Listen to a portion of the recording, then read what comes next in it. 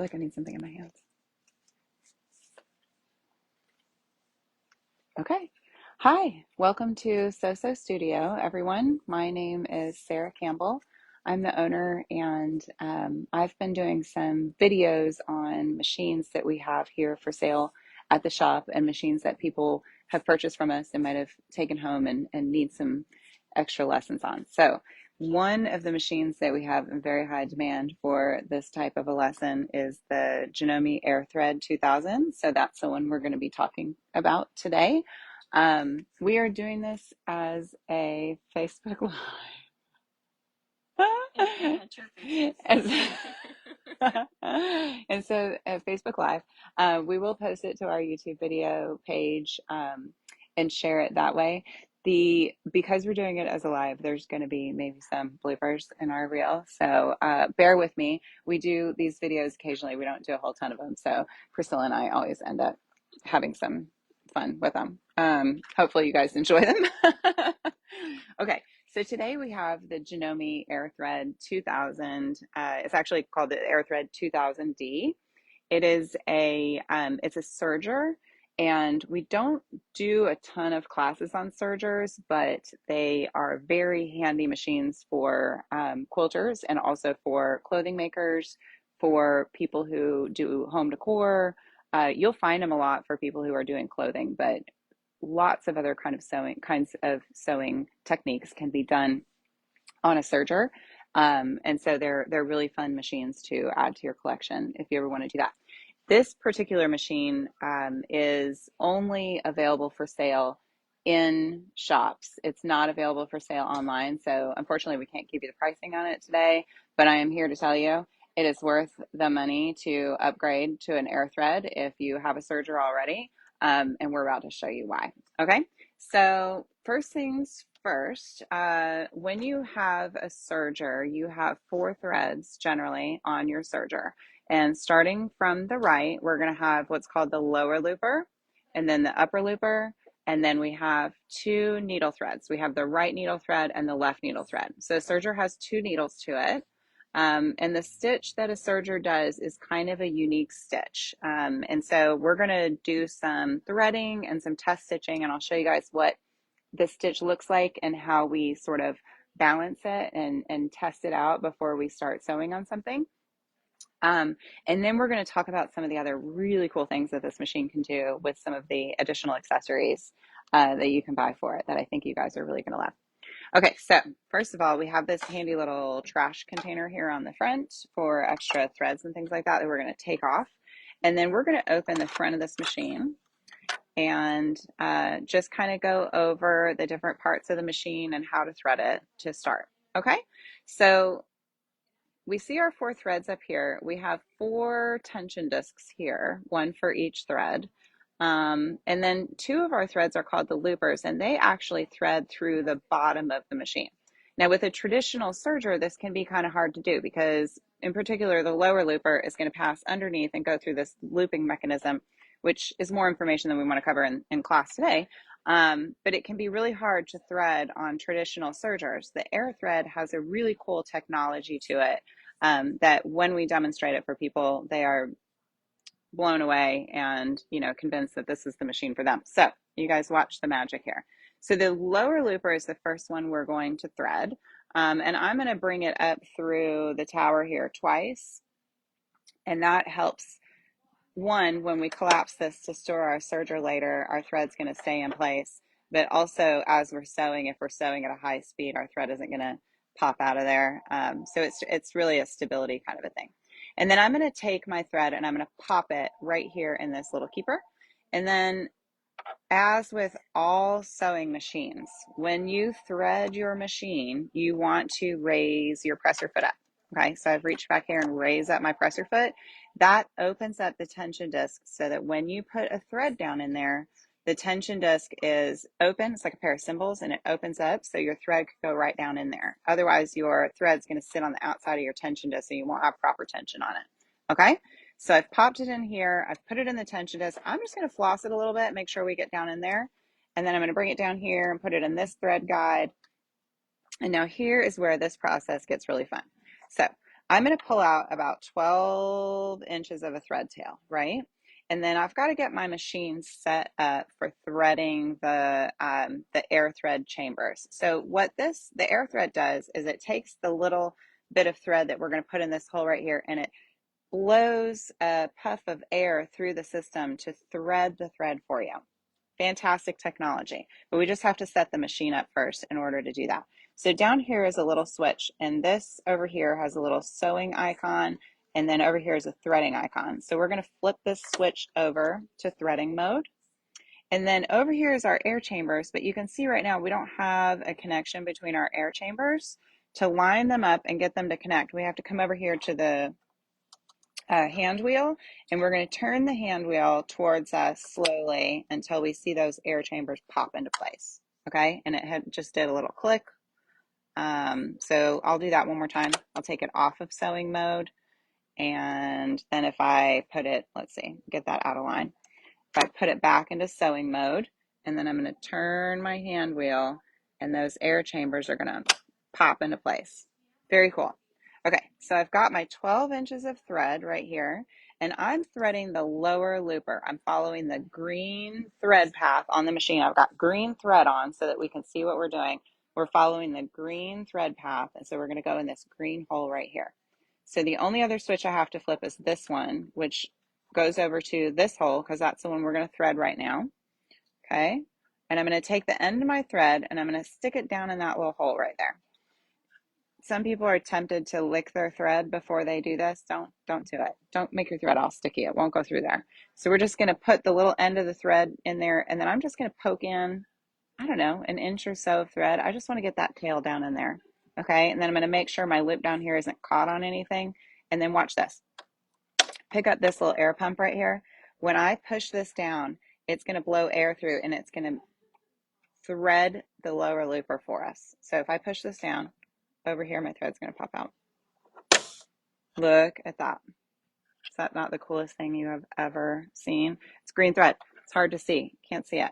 It's right here. Okay. So the thread went from this hole through these chambers, under here, back to the back of the looper, and out here through the eye of the looper. And there's our thread. Okay. So once I've got it here, I'm going to tuck it behind the knife. This is the knife of the machine right here. I'm going to tuck the thread behind the knife and then tuck it under the foot and bring it off to the back. Okay?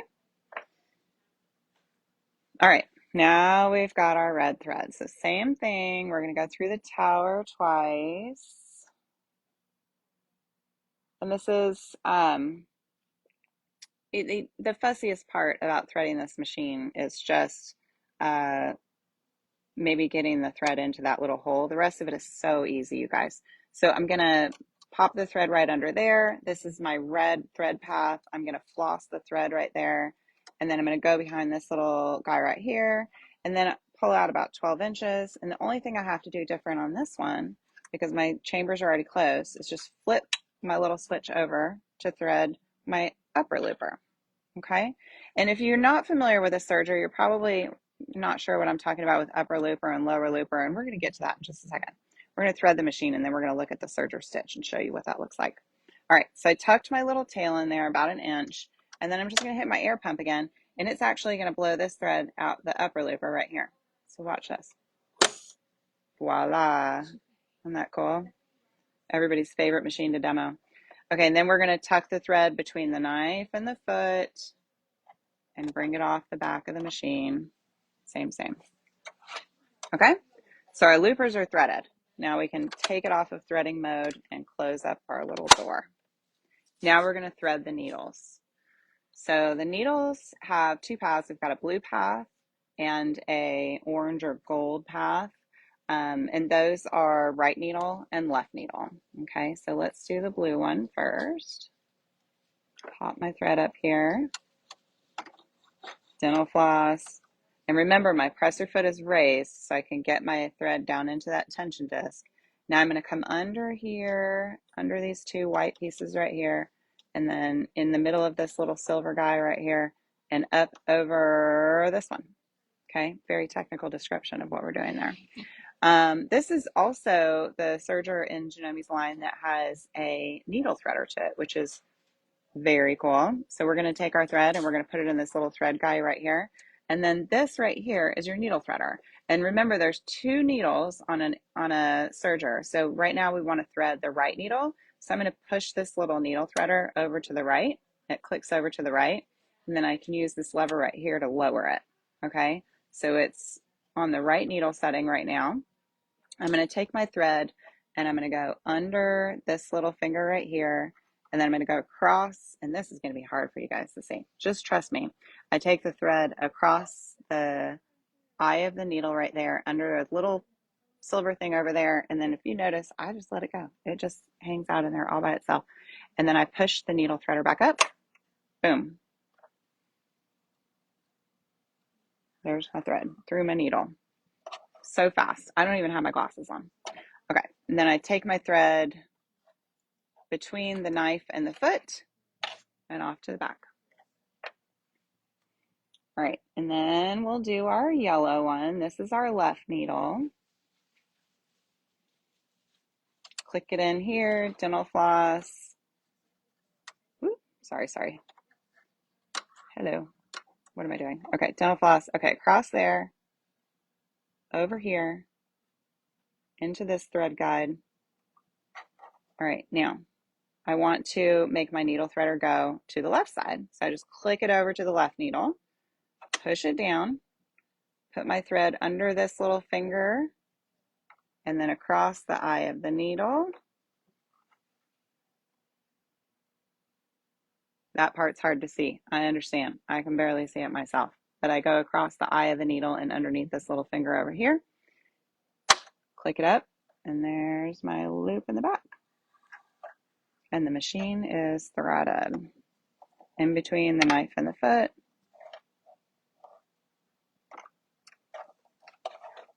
And off to the back. Okay.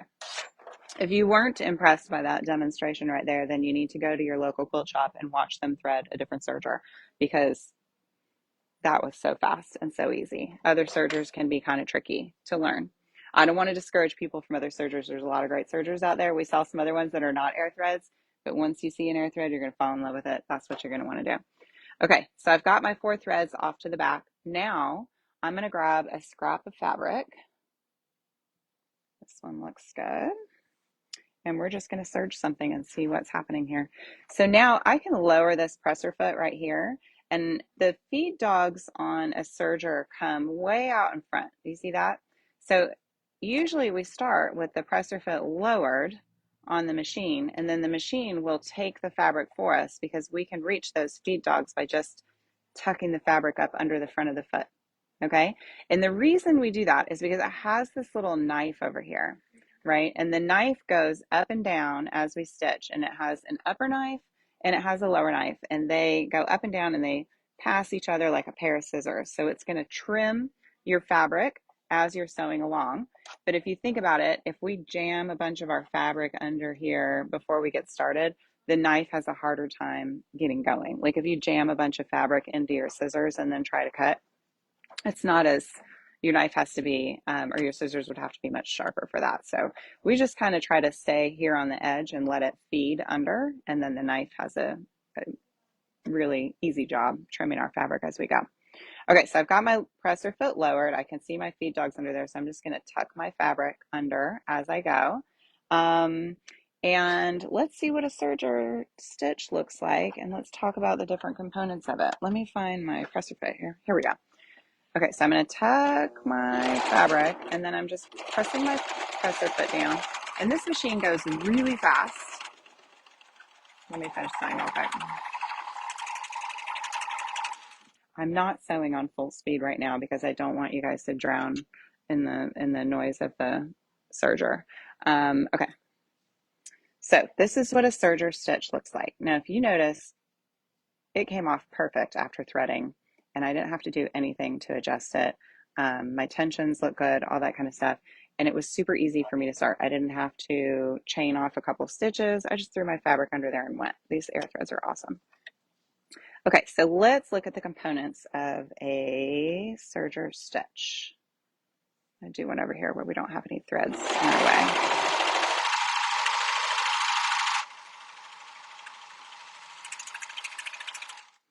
Okay, so a serger trims the fabric as it sews. So we had, I guess this is what it trimmed off, right? So it trims the fabric as it sews, and then it over edges the fabric with threads to keep it from, if you have like the interior of a decorative pillow and you have it fraying every time you wash it, the over edge stitch keeps it from doing that because it sort of encompasses the edge of our fabric. Okay, so we have, if you can see on here, and I don't know if y'all can see it very well, but the gold thread is our left needle thread, right? And it looks like a regular sewing stitch. It's just a regular needle stitch. And then the blue one is to the right of it, and it's same thing. If you, it looks like a stitch you would do on your sewing machine. What's different about the serger is the loopers. So we have the red thread that goes back and forth across the top. And then underneath we have the green thread that goes back and forth across the bottom. So this one on the top of the stitch is our upper looper. And the one on the back of the stitch is the lower looper. And those threads just kind of like pass back and forth underneath the needle threads, and they cross each other on the edge, and that helps encompass the edge of your fabric. Okay? Now, if we look at the stitch from the inside, we can't see anything at all. Looks like it's like a done on a sewing machine, right? Nothing different about that. It's just when we look at it on the outside, we have all these extra threads going on.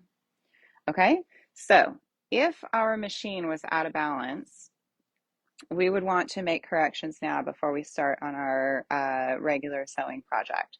So let's talk about some of the things that we can change on this machine. And this stitch looks like it's in perfect balance. We're going to play around with some other fabrics in just a minute and show you what it looks like when it's out of balance. But so going back up to the machine, we have 4 tension discs, right? On your regular sewing machine, you have a tension disc for your upper thread, and then you actually have a tension setting for your bobbin as well.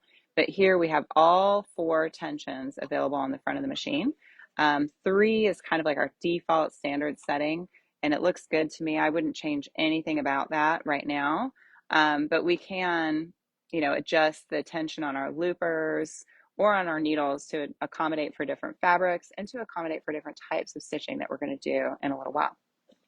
Okay, over on the right side of the machine, we have a few knobs. So this is our hand wheel, right? Just like on your sewing machine, makes your needles go up and down, makes your stitch complete. And just like on a sewing machine, we want to wind it towards us always forward, never backward. And then up here you have a knob that actually is 2 knobs, one inside the other. So the bigger one right here is your stitch length. So if we're thinking about this thread here as a regular sewing machine stitch, that gold one and that blue one, if we adjust our stitch length, those get longer, and thus our loopers get a little more spread out. Okay, so we would adjust stitch length here on this big knob. So let's look at that real quick. And then we'll come back and we'll talk about that knob right there. So we started on 3. Let's go all the way up to 5 and see if we can see the difference in our stitch length.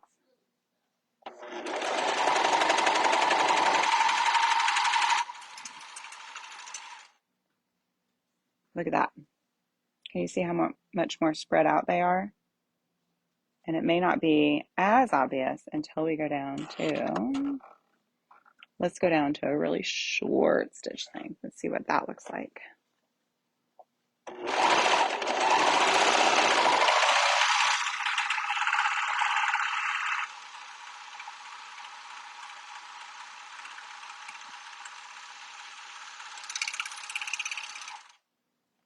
Look at that. Okay, so that's what stitch length is. So we had it on 3, which is kind of your default setting. We went up to 5, so they're more spread out, longer stitches, and our loopers are more spread out.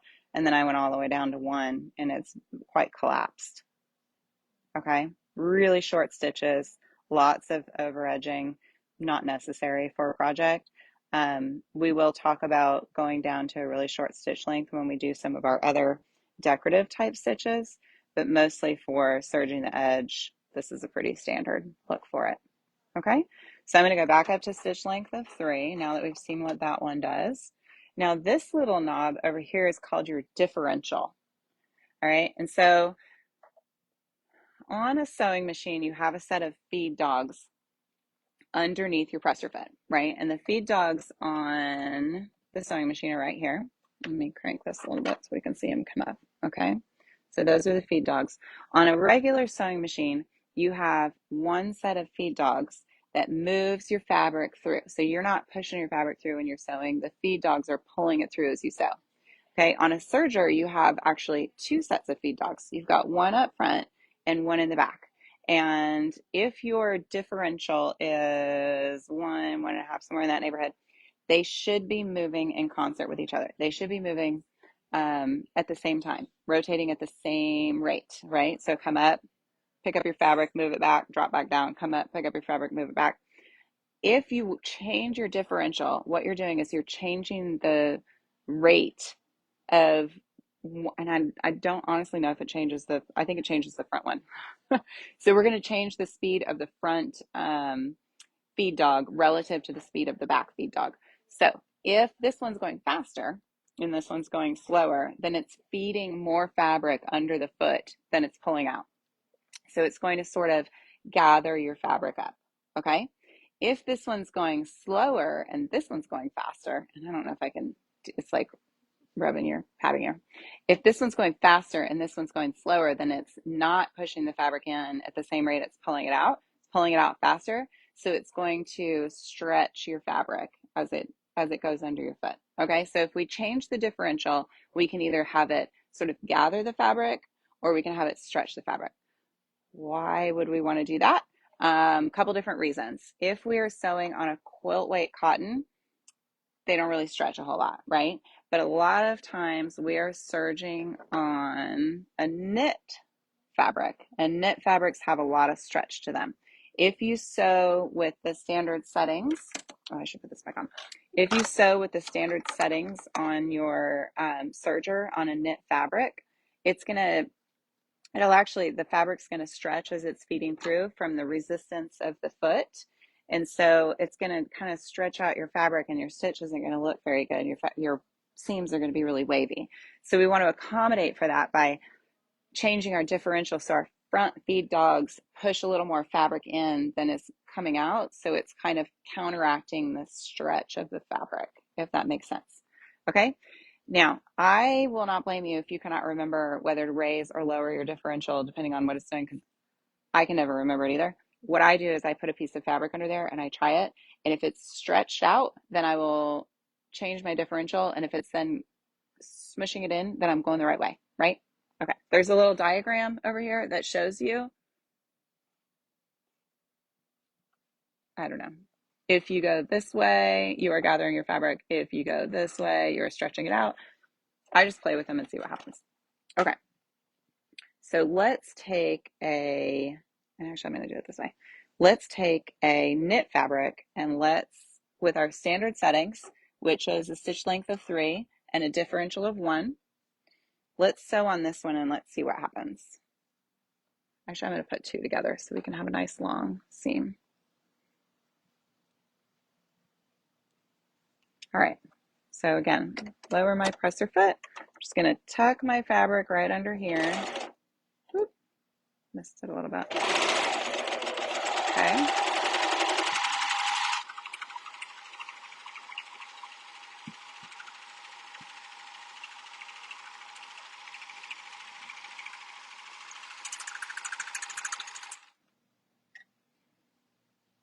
All right, and then I'm going to lay it down in front of me and I'm just going to take a look at what it looks like. Okay, so if I lay my fabric flat, can you see how my seam is kind of wavy and bumpy? That means the machine was stretching out the fabric a little bit as it was sewing. So I couldn't see it at all on my regular quilt weight cotton because there's no stretch to the fabric.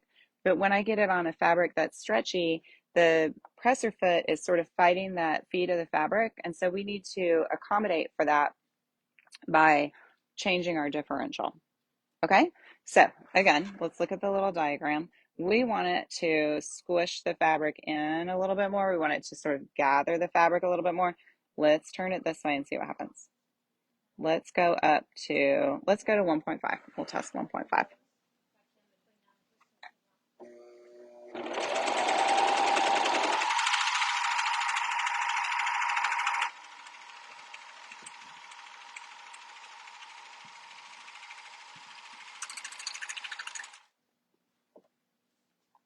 That actually looks much better, right? It's flat, it's nice and smooth.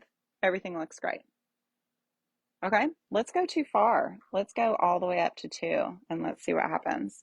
And this is just when you get a new serger, you play around with all these settings and all these knobs and get used to them and see what you can make happen, right?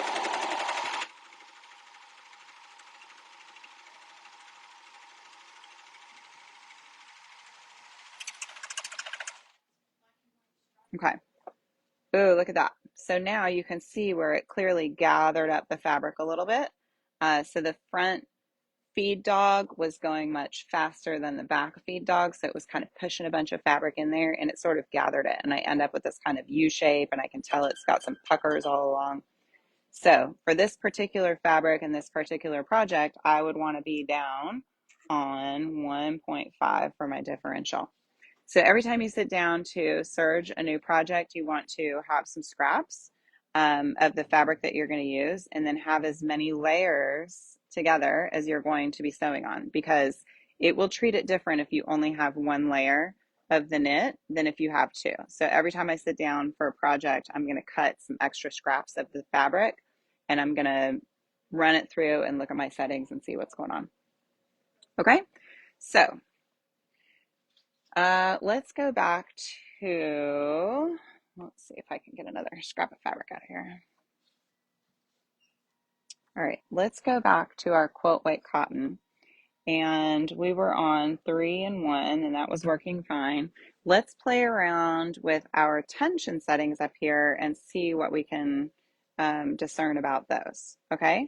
So if I were going to throw off my tensions a little bit, let's maybe put my upper looper down at 1, and I'm going to tighten up my lower looper a little bit, and let's see what that does, okay? So just run that through. If you notice, we always sew extra off the back and then just cut it back there. And then we can talk about what to do with these chains after as well. All right, so the front of it looks pretty much the same, right? Not a whole lot of difference. Let's look at the back and see what's happening. See here how the red thread comes to the back of the project and the green thread doesn't quite come to the edge? So where's our sample from before? So the red thread is on the front, green thread on the back. I don't see any of the colors mixing. Here, the red thread has been brought around to the back of the project. That's because our upper looper tension is much lighter right now than our lower looper tension. So the lower looper has tension, it's pulling, and the green thread has pulled the red thread around the edge of the project. Okay, so that's out of balance. We want this cross between the looper threads to happen right on the edge of the fabric. All right, so let's go back and let's make them both, let's make them both too loose actually right now. So I've got my upper looper and my lower looper too loose. Okay, and let's see what that looks like.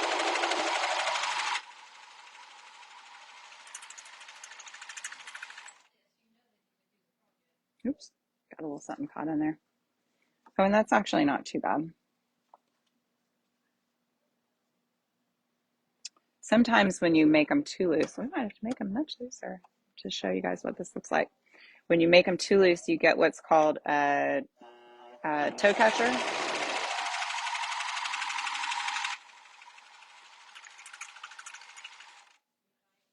It's not going to do it because it's such a nice machine.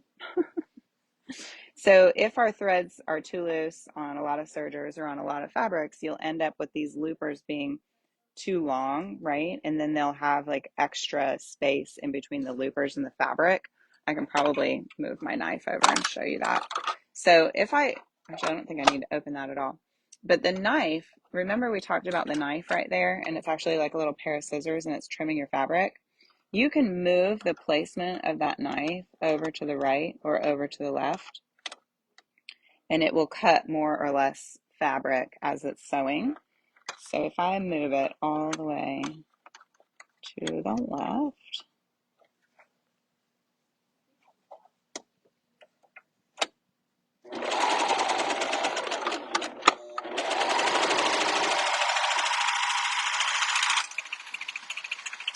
no, it's not going to do it. Sometimes you'll have so much extra loopage over on the edge that you need to accommodate for it by tightening your looper threads or moving your knife over. So this is one of those blooper parts of the video that my customers are going to tell me they saw, right? Everybody's watching? Okay. So we can't do everything perfect the first time. Okay, so let's get all of our tension settings back where we want them. And then let's talk about some of the other things that this machine can do. So I know you guys have all heard of a rolled hem, right? So rolled hem is a very decorative little, it sort of tucks the fabric over twice on the right side. And a lot of you have heard of that, and we can do that in a little bit. But I don't think you guys have heard of all the other things that you can do on a serger. And some of them you don't need an extra foot for, but some of them you need to buy an extra accessory for the machine in order to make it happen. So what we're going to do now is we're going to talk about some of those accessories and show you some of those different types of stitches. And then, and I'm not going to cover this sort of like the really, really out there ones, just the ones that I think you guys might be interested in for some of your different projects. That would be really like a fun way to get into serging. Okay, so all that to say, let's start with gathering. Okay, so you know you can gather fabric on a regular sewing machine, and you can do it on your serger too, and it's a really super fun way to do it, because when you gather on your regular sewing machine, you're gathering everything that you put in the sewing machine. On this one, we're going to sew two strips of fabric together, and we're going to gather one of them and not the other one, so we end up with a cute little gathered edge. I think this is really fun for clothing or for adding a ruffle to a pillow, for, you know, some other decorative type things like that.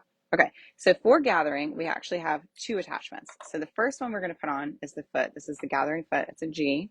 And they all come with instructions, right? Both Japanese and English for your pleasure. So we're going to pop this foot off, and we would do that just the same way that we do on a regular sewing machine. We're going to put this one under and lower that presser foot to snap it right on. Okay, now we've got our gathering foot on, but you also need the gathering attachment. And the gathering attachment is going to screw in on the front of the machine. Let me get this out of the way so I can get my hands under there. So if I open up this cover right here, I can see there's a little screw right here on the front of the machine. And it is right next to this little slot on the side. And this is where we actually put this foot or this attachment in on the machine. So it slides in there, and then this little screw right here, we're going to tighten down like that. Okay. And then just close this up, and now I've got my gathering attachment on there. Okay, now the cool thing about all of these cases by Janome is that they come with instructions inside. So the package is going to come, you know, like this with your gathering attachment in it. And then when you get it, you can open it up, and it tells you exactly how to put this foot on or this attachment on and exactly how to use it. Good instructions, okay? Sometimes I have to refer back to them because there's a lot going on and I forget what I'm doing sometimes. Okay, so if I have this on, I'm going to swing this little arm out. And the first thing it tells me to do is to raise my feed dogs up to their highest position. So I'm just rolling my hand wheel until I get my feed dogs up to the highest position. All right, and now I'm going to swing this back in, and I want this to actually rest on my feed dogs.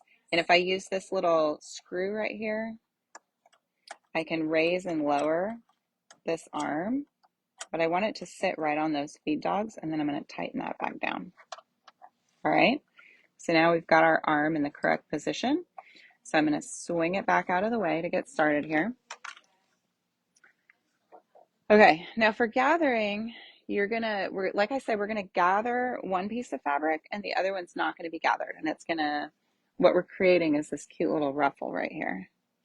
Okay, so see how this one's not gathered at all, but this black one is gathered. So what this little piece does is this separates the two pieces of fabric as they go through. So one piece of fabric is being gathered by your feed dogs and the other one is not. So the first thing we want to do is get two pieces of fabric that are different lengths. And I think really like this one's maybe twice as long for the piece underneath as you have for the one on the front. And then I'm just going to go and I'm going to lower my presser foot and I'm going to sew for a second until I have a couple of stitches in the fabric. All right. And that helps secure the two pieces of fabric because like I said, the bottom one's going to get affected by your feed dogs, but the top one's going to be separated from your feed dogs by this little arm right here. And if you don't get it started like that, then it's really hard to get the fabric to tuck under there. So I've got a couple stitches in. I'm going to lower my needles so they're down in my fabric. And then I'm going to open these up and I'm going to swing this little arm in here like this. In between my two fabrics. Tuck it in there like that. And now I've got a separation of the two fabric layers. Okay. And it's already tucked under there. Okay. So I know I've got it started and I'm not going to pull it back out. Now, the machine's going to feed the black one faster than the green one's going to go through. So instead of holding them together, I like to hold each one of them separately so that as they're feeding, I can keep them even. All right. So now I'm just going to sew and I'm just going to try to stay on my edge right here. And it's trimming my fabric as it goes, right?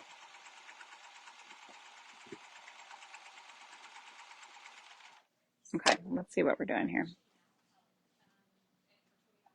Okay, I think it's not really gathering as much as I want it to. It's doing a tiny little gather, but I really am looking for something like this. So what I need to do is change my differential. So my differential's on 1. If I go all the way up to 2, then it's going to feed more fabric under quicker, all right? And so now let's try it again.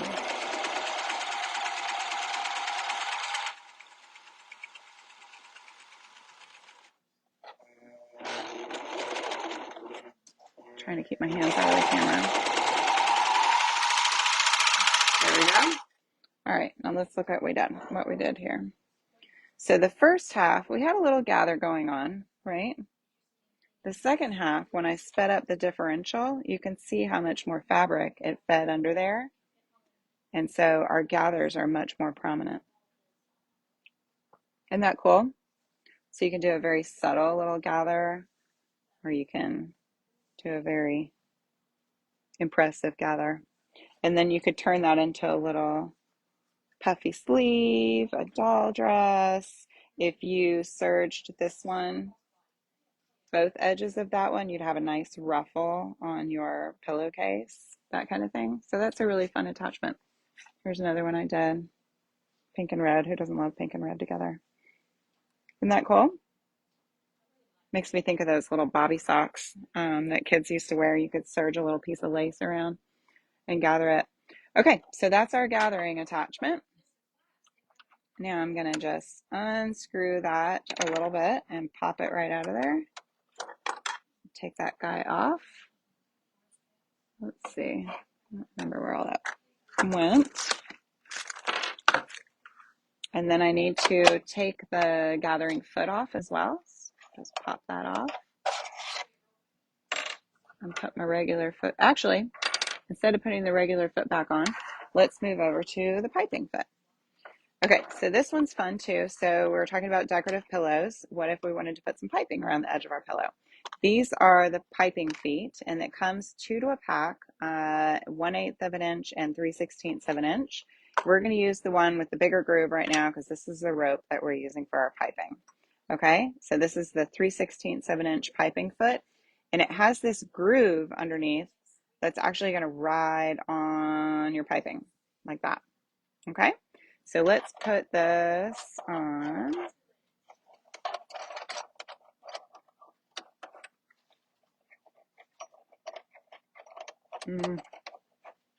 Hello.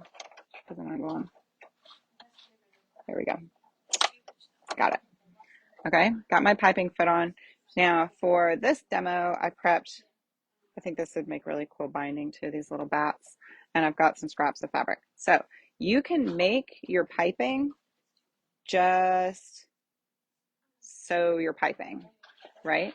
You can also sew it to your pillow cover all in one step. So let's say I've got my piping covered right here, and then I have my pillow cover front and my pillow cover back, and I'm going to sew them all together in one step.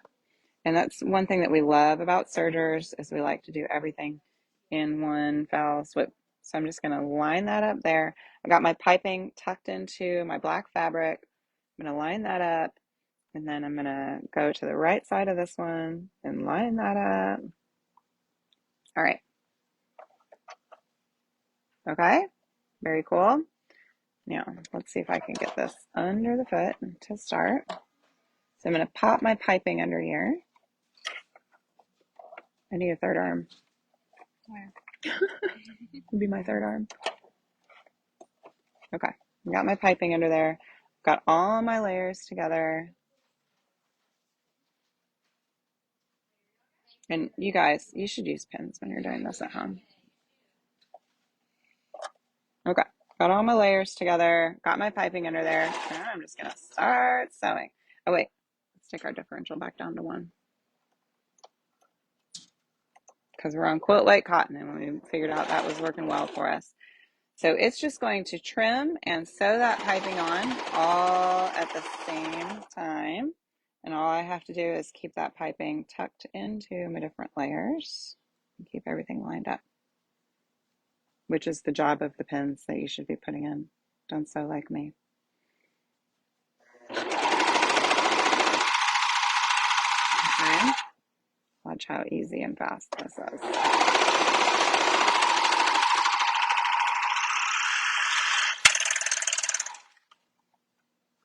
Okay, so we've got it beautifully serged. We don't have to finish the inside of our pillow. It's all overcast and everything. And let's flip it around to the front. Look at that. Isn't that cool? Piping. Constructed, attached, and finished all in one foul swoop. My favorite way to do piping. Okay, that was that one. Now let's move on. So again, those come in 2 different sizes.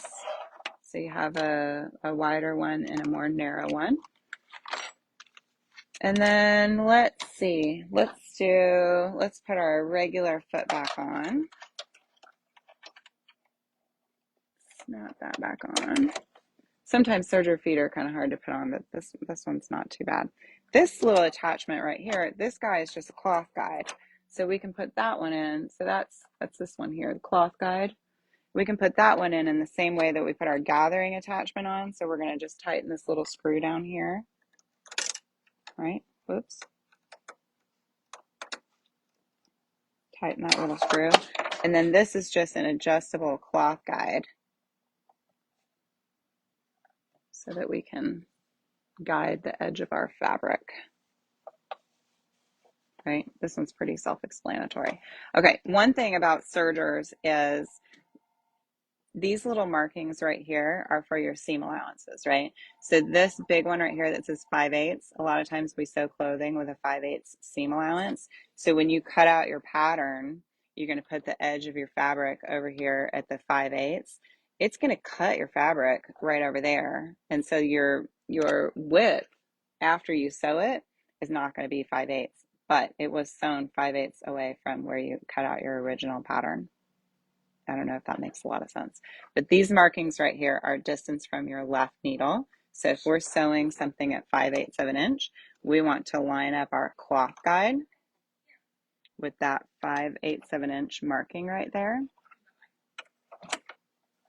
And then when we go to construct our garment, the edge of our fabric is 5/8 of an inch away from your needle position, but it's trimming off your extra seam allowance here.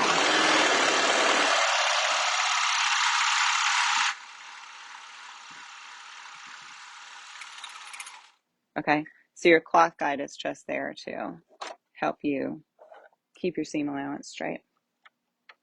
All right, we'll take that one off. That one makes sewing easier for sure. All right, now let's talk about elastic gathering attachment. This is another really fun one. Here it is. Okay, so this guy right here is again going to screw into the front like this. All right, and now this one has a little attachment up here to put our elastic in. So there's a little guide on it that slides. We're going to loosen it up first. And this will slide back and forth to accommodate for a thicker or thinner piece of elastic. So the first thing we're going to do is we're going to put our elastic under here. And I have just 1/4 inch elastic right now. And then I'm going to slide that little guide over until my elastic is kind of just like snug up in that hole, right?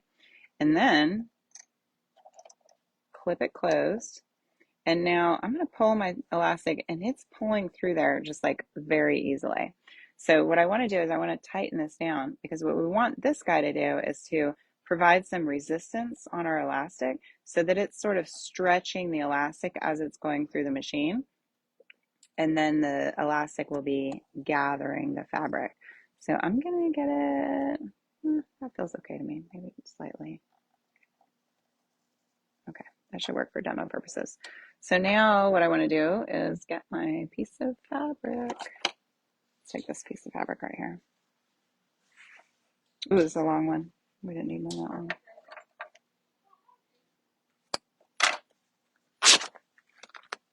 Okay, so we're going to take our fabric and we're going to tuck it underneath.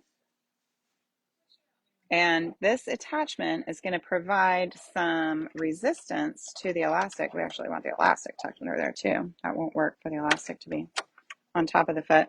It's going to provide some resistance to the elastic so that the elastic is being pulled as it's going. And I'm just realizing that I need to have enough tail on my elastic to get it underneath my needles to start. And then I'm going to put some resistance on it.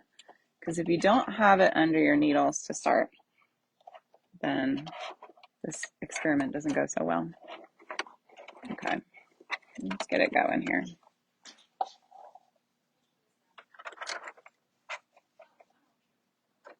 Okay, I'm going to tighten this up a little bit. Let's see what happens. Okay, so it's pulling the elastic a little bit and feeding the fabric at the normal rate. But it's still cutting the fabric, so we're still trimming as we go.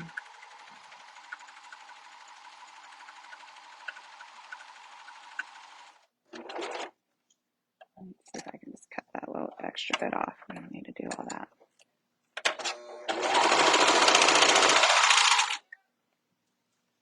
Look at that. Isn't that cool? So we've got our elastic sewn on the back, and the fabric is gathered up. That's fun. You can also get those elastic gathering attachments for a Cover Pro. Cover Pro is a different machine where you might have like a bit of elastic, on your garment here, something like that. This one's going to be on the edge because we're on a serger. But yeah, I think that's a really fun attachment. Okay, so let's take that guy off. Snap it back up there. All right, and what else do we want to talk about today? There's also a blind stitch foot if you're hemming some pants, something like that. And then there's a beading attachment as well. And I'm not going to go over those today, but those are some other fun accessories that you might want to use for your serger. There is also a serger workbook that goes with it, and this one provides some guidance on some of the more common decorative stitches that you can do without buying any of those accessories. So there is, let's see if we can skip ahead. It'll kind of show you, it'll help you get the machine set up for different stitches, and it'll give you some, ideas of how to balance tension in them and stuff like that. So there's, where does it start? different stitch types. So we've got the serged seam, the over edge, which is what we were doing when we first started out, just a regular standard serge stitch. This one's a fringe edge where you don't quite have the fabric filling out your stitch. You got a thread wrapped edge. There's a decorative, using decorative fabrics or decorative threads. Rolled hem, there's the other one that a lot of people do, and we can do that one too. Lettuce leafing, this is where you have your differential set to where it's really stretching out the fabric, and then it kind of makes that really bumpy lettuce leafy kind of an edge. There's pin tucks. There's all kinds of really cool stuff in here that you could do. Flat lock. But we're not going to go over those things today because I just today wanted to show you guys some of these really fun accessories and then sort of highlight the AirThread itself. So what did I just say we were going to do? Oh, rolled hem. Okay, I will show you rolled hem because that is maybe the second most common stitch that people do on a serger. So you do your over edge, serging stitch, 4 thread, 3 thread, and then you can do your rolled hem. And your rolled hem is the one where it's kind of pulling your fabric under on the edge and then it's wrapping thread over the edge of it. So if you have like you've seen them on fancy dinner napkins or the edge of a shirt, maybe something like that. It's where it's wrapped in thread, but it's a very narrow little thing. And it looks very decorative. That's a rolled hem.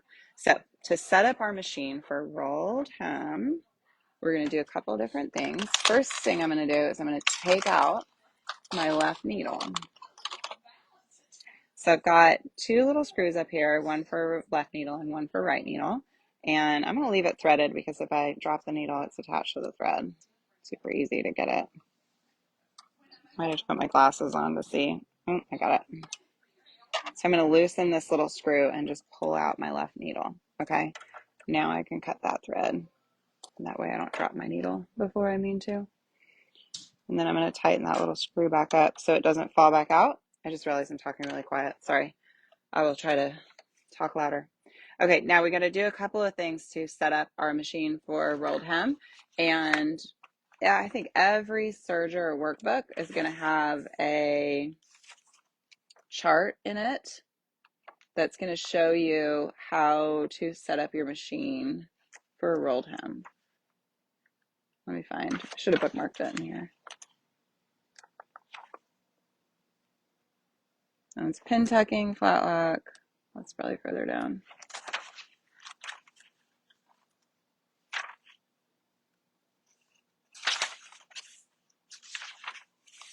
Okay, I just said it's going to have it. I know it's in here somewhere. There we go, rolled hem. Okay, so this little chart is going to show us how to set up the machine for a rolled hem. All right, so we have a pre-tension setting on this machine. We're going to throw that over to tight. I'm going to go through this kind of fast because if you buy the machine, you can go through this in a little more detail. But for now, I'm just going to show you what I'm doing. So I'm setting the lower loop or pre-tension setting to tight. And then I've taken out one of the needles. And the right needle, it wants on a tension setting of 3 to 4. The upper loop are 3 and the lower loop are 3. So those are our settings up there. And then we want to do our stitch length down to R for rolled hem.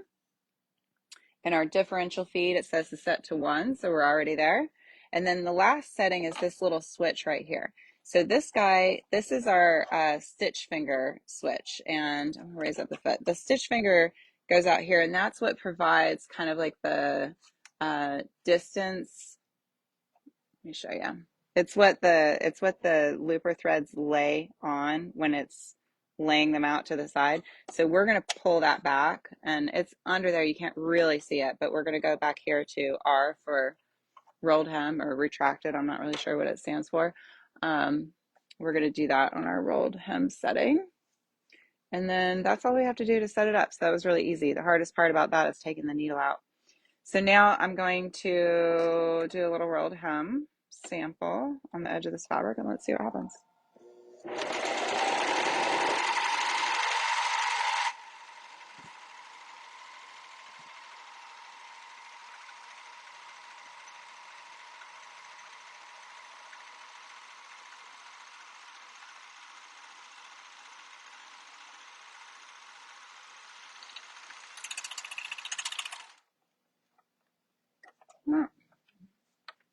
Look at that.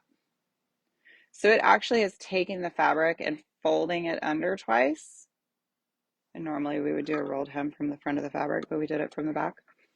It folds it under twice, and then it does this nice little edge on it, and it's very narrow. And if you put, you know, like a glittery thread in there, or you can put a woolly nylon in there, and it would get kind of fuzzy and sort of fill in those gaps, and it can be a nice decorative touch for the edge of a dinner napkin, um, you know, clothing, decorative items, all kinds of fun stuff. So that's what a rolled hem is. And you can change your tension settings and your stitch length and all that for different threads, but that one turned out pretty good. I don't think I would change much about it at all. All right, so that's a rolled hem. So again, the most standard uses of a serger are just serging the edge of your fabric, and clothing people, we can see why that's, you know, an obvious bonus, but also for decorative pillows, if you're even binding a quilt. So you can go and you can serge all four edges of your quilt, and then it becomes so much easier to put that binding on. So that's a fun technique too. But sergers can be a really cool thing to add to your sewing room for a lot of different uses. And if you can, going to the AirThread can be very advantageous just because of the threading process that we went through in the beginning, right? And then a lot of these accessories you can add for many different sergers. So if you don't have an AirThread, if you have like an 8002D or an FA4, so those are some of the others that we've been selling, that we've sold in the past. If you have one of those sergers, you can get accessories for those as well to do a lot of this fun, a lot of these fun techniques and have a good time with your serger. Okay, so we cannot sell this one online, and I'm very sorry about that. This is just meant to be kind of a fun educational video. If you are local to our area, please come in. We would be happy to show you the machine in more detail and help you get into this or another serger. And then I will also offer for any machine sales that we have on the AirThread in the next couple of weeks, we have some serger bags, so you can, you know, take it to different classes, or you can just tuck it in there in your closet when you're maybe not working on a project that requires the serger. That might get it off of your sewing table, get it out of your way, that kind of thing. And these bags are really, really awesome. They have lots of storage for your different accessories as well. And then again, we have these serger workbooks that we like to give out to people who are new to serging and new to the AirThread. And I think that's about all I had to cover today. And it was a little bit, we jumped around a little bit, but it's been kind of a crazy week around here. We've actually had a crazy couple of months, maybe a year. Anyway, so life, yeah. So we're trying to get into, you know, doing these fun videos for you guys, but we're trying to keep it low pressure situation as well. So we have casual Wednesday going on. But anyway, I hope you guys learned something and got kind of like just an inkling of the fun things you can do with a serger. And if you, again, if you are local to our area and can make it up anywhere from, you know, Macon or Augusta, we get customers from South Carolina sometimes, but come on in. We'd be happy to show you the machine or anything else that we've got in our lineup. So we are located in Bogart, Georgia. And we do take phone calls from people all the time off of our videos who, you know, want to ask more in-depth questions about the machines or have questions about their specific machines. So if you want to give us a call, our phone number is 678-661-0201. And website is sosostudio.com. Did I miss anything, Priscilla? No? Okay, come visit us, sosostudio.com, or come see us in Bogart, Georgia, and we would love to help you get into a Janome machine. Thanks so much.